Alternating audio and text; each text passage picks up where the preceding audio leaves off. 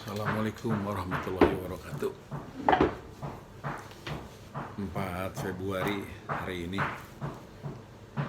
2021. Makin rame di media sosial setelah Kementerian BPN mengumumkan akan menarik sertifikat hak milik dan digantikan dengan elektronik sertifikat. Macam-macam tanggapannya, tapi yang saya baca ada keresahan yang lumayan lah. Mungkin karena mereka kurang informasi atau juga karena pengalaman-pengalaman yang terjadi di sekelilingnya.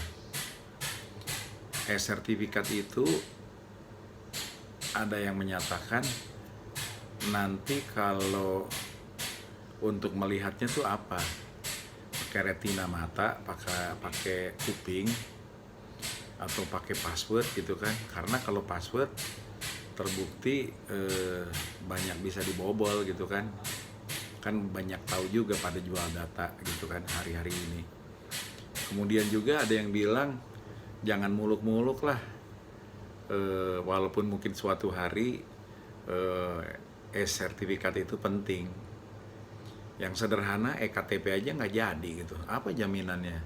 Cuman sekelas menteri narikin aset-aset, kesannya narikin sertifikat hak milik. Kemudian lebih aman di sertifikat gitu kan.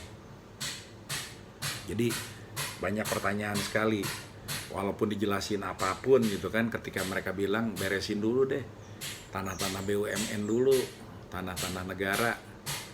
Kemudian juga selesaikan pendaftaran tanah secara benar. Nah, nanti mulai setelah semua beres, baru sertifikat itu dilakukan dari tanah negara dulu gitu kan. Nanti ngambil tanah masyarakat enggak? Karena ada yang berpikir misalnya itu kalau nggak hati-hati malahan menciptakan konflik atau menghilangkan kepemilikan pribadi, namanya orang gitu kan. Jadi ya khawatir lah asetnya satu-satunya mungkin kan. Ngeri gitu kan, yang kayak gini-gini tuh apa gitu kan tujuannya. Karena kita tahu persis ketika kita coba aja lihat gitu, yang tumpang tindih katanya. Kalau tumpang tindih itu harusnya kan keluarga yang tumpang tindih. Kalau sengketa kan keluarga atau ada hubungan bisnis. Ini yang tumpang tindih yang didorong ke pengadilan itu nggak ada hubungannya, makanya FKMTI lahir, ada perampasan tanah. Karena mau cerita apa bilang sengketa, olah nggak ada urusannya, nggak ada hubungannya, dibuat-buat gitu kan. Jadi intinya masyarakat bingung. Walaupun di sisi yang lain saya bilang ke banyak pihak yang bertanya, karena mereka banyak tahu saya di FKMTI, saya bilang ya kita harus belajar untuk terus mempercayai pemerintah, sekaligus juga mendukung dan mendorongnya sehingga apa yang direncanakan itu benar-benar bermanfaat buat bangsa, negara, dan masyarakat gitu kan. Jadi kalau langsung tidak percaya juga jangan gitu. Dan saya ngomong begini nggak basa-basi, bisa dilihat juga di YouTube saya ketika tahun 2019 kami ke BPN itu menindaklanjuti apa yang disampaikan oleh Presiden Jokowi soal penyelesaian konflik tanah. Saya terbuka bilang mendukung rencananya Presiden, rencananya Kementerian ATR BPN dan Pak Sofyan Djalil, walaupun sampai hari ini udah bolak-balik belum selesai gitu kan. Artinya nggak tahu diapain gitu di sana ininya, walaupun akhirnya terus bolak-balik. Ada juga yang lain yang berkembang juga gitu. Nah, maksud saya itu kan bukti-bukti nyata ketika proses saja nggak selesai digantung, yang kesannya itu seperti di sisi masyarakat nih, saya yang punya kewenangan, saya yang bisa menentukan, saya yang berkuasa gitu kan. Nah, kalau yang seperti ini itu masih kuat kesannya atau fakta-faktanya di masyarakat, maka saya menjadi memahami juga ketika masyarakat bilang, waduh, ini sih ada rencana sesuatu lah. yang kita nggak ngerti gitu kan, yang bertanya begitu. Sementara yang lain lagi bilang ya kalau mau dibikin sertifikat, bikin aja sertifikatnya. Masyarakat tetap pegang sertifikat yang ada. Kan kalau ada begitu juga emang kenapa gitu kan, mereka bilang begitu gitu kan, nggak jadi masalah juga kata mereka masing-masing pegang sertifikat gitu kan, nanti kelihatan mana yang dipegang masyarakat dan harus sama yang ada di kantor BPN. Nah, ini serius mengingat di beberapa tempat juga banyak nih, mudah-mudahan pada dengar ini juga, pada lihat juga ya komunikasi ini dan menindaklanjuti. Dikomunikasikan juga di beberapa fakta, Warkah itu belum ditemukan gitu kan, karena kalau dibilang hilang kan mereka kena sanksi. Belum ditemukan, tapi berapa tahun gitu belum diketemukannya kan, sehingga ada juga gitu kan di channel saya juga bilang apakah perlu Badan Intelijen Negara yang nyari Warkah gitu kan, karena ketemu. Nah, ini tiba-tiba mau bikin lagi sertifikat, walaupun saya ulang lagi niatnya baik itu perlu didukung gitu, walaupun sisi yang lain ada yang bilang wah ini salah satu strategi untuk ngambilin tanah-tanah konglomerat yang gak dipakai gitu kan, yang jadi tanah terlantar, nanti akan dikumpulkan di bank tanah supaya investasi jalan.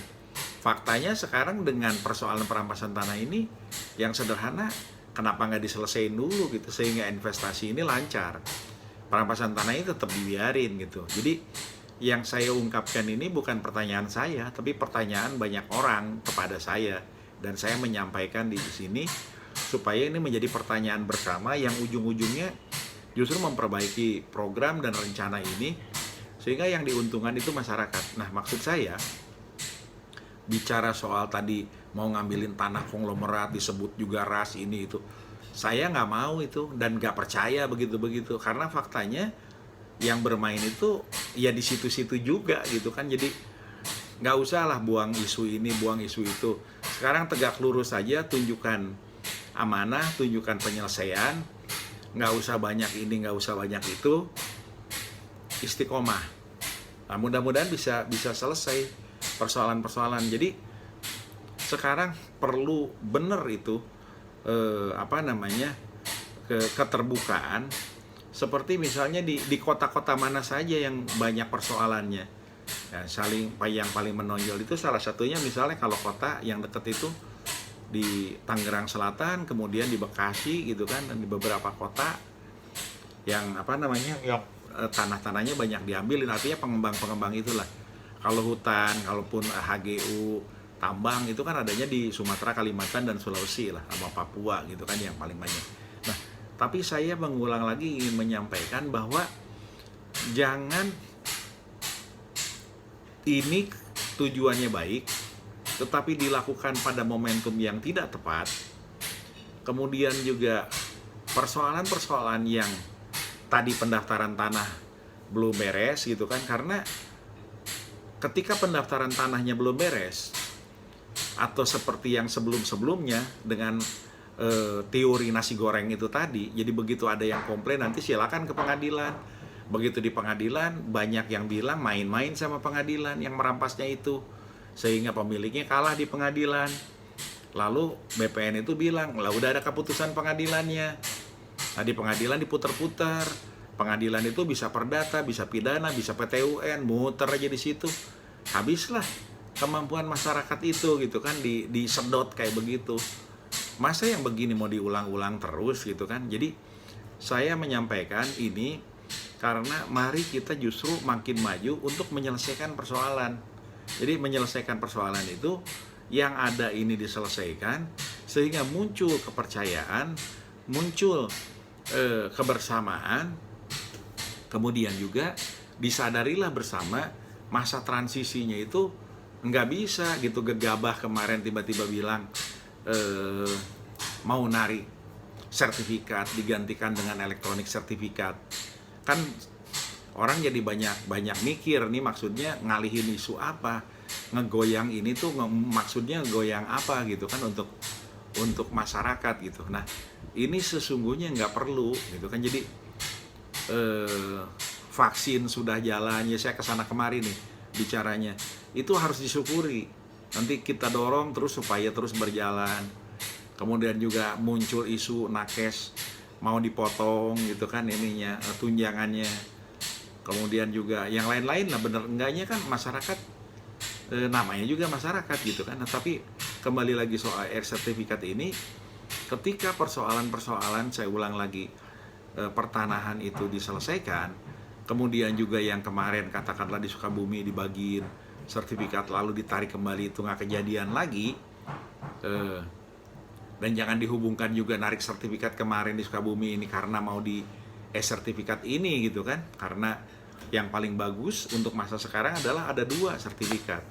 Sertifikat yang dipegang warga yang berupa kertas apa segala macam itu, buku. Kemudian katakanlah BPN mau membuat sertifikat, silakan itu dilakukan, tetapi bisa diakses dan dibaca. Nah, karena kalau punya warga ditarik, banyak pertanyaan. Termasuk juga misalnya nanti perbankan gimana jaminannya kalau sertifikatnya itu nggak ada di perbankan gitu kan. Nah, sementara elektronik ini apa dasar hukumnya gitu kan, itu juga jadi pertanyaan. Walaupun di sisi lain gitu kan, pakai e-pay boleh, pakai GoPay boleh. Nah, sementara yang dirham nggak boleh gitu kan. Itu juga jadi pertanyaan. Maksud saya gini, niat-niat baik ini, rencana-rencana baik ini, itu harus pas momentumnya, harus tepat sosialisasinya, dan jangan ini jadi sesuatu yang seakan-akan malahan ngeguncang yang ujungnya rugi semua.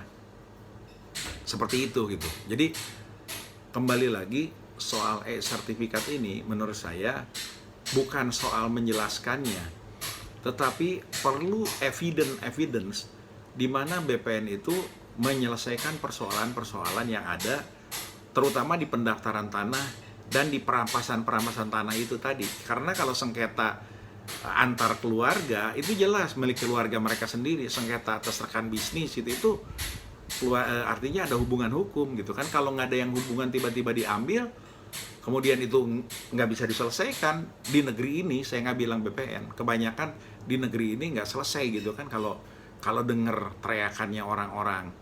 Karena ada juga muncul juga nih, mudah-mudahan ini menjadi bagian dari komunikasi yang bisa diselesaikan, itu anggota Pas Pampres yang tanahnya diambil gitu kan, seperti itu. Ini kan contoh gitu kan, jadi bukan soal KAI tanahnya bisa jadi sertifikat, bukan soal hanya pengairan bisa keluar sertifikat hak milik tanah negara gitu kan, ataupun juga tanah-tanah yang lain lah, itu bisa seperti itu. Tapi saya ingin menyampaikan bahwa selain perorangan tadi banyak bener gitu kan yang mengalami kejadian-kejadian seperti ini. Nah, termasuk juga kalau bener waktu kemarin diramein itu ada imam besar dan pesantrennya tiba-tiba di akhir-akhir dibilang bagaimana cara nguasainnya. Nah, itu juga kan kalau kita lihat bagaimana siapa yang ngasih izinnya gitu kan, termasuk ada tanah-tanah di sekitar puncak itu juga muncul juga saya dengar gitu kan, tiba-tiba dimiliki oleh PTPN atau PT yang ada di situ lah ya, gunung apa gitu di situ kan, itu seperti begitu, resah lah warga. Nah, jadi kembali ke seperti ini, mari justru kita fokus itu menyelesaikan yang ada, meratakan pendaftaran tanah ini sebaik-baiknya, kemudian juga prinsip tadi saya tukang nasi goreng itu disempurnakan, sehingga jangan kalau ada persoalan dilempar, tetapi di satu sisi kalau yang pihak tertentu tuh gampang bener memproses, kalau rakyat tuh seakan-akan nggak jadi gitu kan. Jadi bukan hanya cerita Robert Sujasmin, cerita Sami, cerita Erwin yang tanahnya itu digusur jalan tol sebelumnya mereka dapat ganti ruginya, kemudian namanya tetap dia, tapi berikutnya itu nggak dapat gitu kan. Jadi membingungkan, kok bisa begitu gitu kan. Nah, dan banyak lagi gitu kan, entah itu Budi Kendi, Rusli, Ani Wahyudi, kemudian juga ada yang di Papua tuh juga seperti itu gitu kan, ada Ibu Kartini Sape di sana di Sulawesi gitu kan, ada Yolanda Sumarno di sana, Bu Yolanda di Manado, ada Bu Tir di Balikpapan, Mandalika juga kemarin problem, kemudian banyak sekali yang belum selesai. Nah, termasuk juga Brimob. Saya nggak tahu nih Brimob tanahnya udah dibalikin belum ke apa namanya yang punya warga gitu kan, di Ciputat itu. Juga tanahnya ada tuh di Kampung Hutan juga tuh, tanah yang dianggap katanya sengketa, padahal kalau menurut pemiliknya belinya bener, hanya dulu belinya langsung nggak pakai nama dia karena ada kerjasama sama BUMN gitu kan. Jadi apa namanya, maksud saya ini perlu diselesaikan sehingga ketika ini selesai kepercayaan itu tumbuh dan terlihat nyata keberpihakannya. Nah, dimulai dari yang punya negara dulu disertifikatkan, BUMN disertifikatkan, KAI, pengairan, PTPN, dan yang lain-lain semuanya. Nah, baru mulai punya warga dan punya yang lain-lainnya. Sehingga dengan bertahap seperti itu, datanya lebih lengkap di BPN gitu kan, warga tetap megang. Nah, nanti tinggal dicocokin gitu kan. Jadi jangan sampai, maksud saya, warga itu menyerahkan semuanya dan harus percaya begitu saja, padahal kondisinya seperti ini gitu kan. Jadi pertanyaannya adalah, apakah dengan kondisi ini sudah cukup dipercaya gitu kan untuk melakukan itu dan diberikan kewenangan seperti itu. Karena warga tetap, termasuk hari ini Azumaji Arjra menulis di Kompas, darurat korupsi, Jiwasraya, BPJS, Asabri, dan yang lain-lain termasuk bansos juga di kelautan. Kita tidak menyatakan bahwa semua begitu, tetapi ini adalah fakta-fakta sehingga saya yakin kalau para pemangku amanahnya insya Allah punya integritas dan menjaga diri. Tetapi ketika kita lihat kasus-kasus dan kejadian seperti ini, dan ini boleh jadi merata di mana-mana, alangkah baiknya justru ketika sistemnya ini belum sempurna, maka kewenangan atau menjaga itu banyak pihak gitu. Dan oleh karena itu semoga DPR juga bersuara. Artinya bersuara supaya mendorong terjadinya solusi gitu kan. Jadi yang menyangkut hak rakyat itu, apalagi kepemilikan rakyat, masyarakat gitu kan, dijaga. Jadi jangan sembarangan seakan-akan pemilik negara ini adalah yang punya kewenangan itu gitu kan. Jadi mesti disadari pemilik negara itu adalah rakyat. Artinya apa? Yang punya kewenangan itu hanya berkenan menjalankan kewenangannya yang terbatas diberikan kepada undang-undang, dan itu waktunya terbatas itu. Jadi hak milik rakyat jangan dijungkir balikan kemudian diatur bolak-balik seakan-akan gak ada ujungnya. Demikian, di ujung saya ulangi lagi, kita justru mendorong supaya ini terbuka dan lebih baik, dan marilah kita supaya menyemangati, mendoakan pemerintah ini dipercaya, karena jangan sampai pemerintah tidak dipercaya karena blunder-blunder langkah yang dilakukan oleh di jajaran-jajaran di bawah ini gitu kan, sehingga kerusakannya jadi meluas kemana-mana, ketidakpercayaan itu kemana-mana, dan merugikan bangsa ini. Tapi karenanya kita dorong sekali lagi, kita membuat pemerintah ini bisa dipercaya, bisa melaksanakan programnya, dan itu tuntas, berhasil, dan dirasakan oleh masyarakat, bukan sebaliknya. Demikian, terima kasih. Assalamualaikum warahmatullahi wabarakatuh.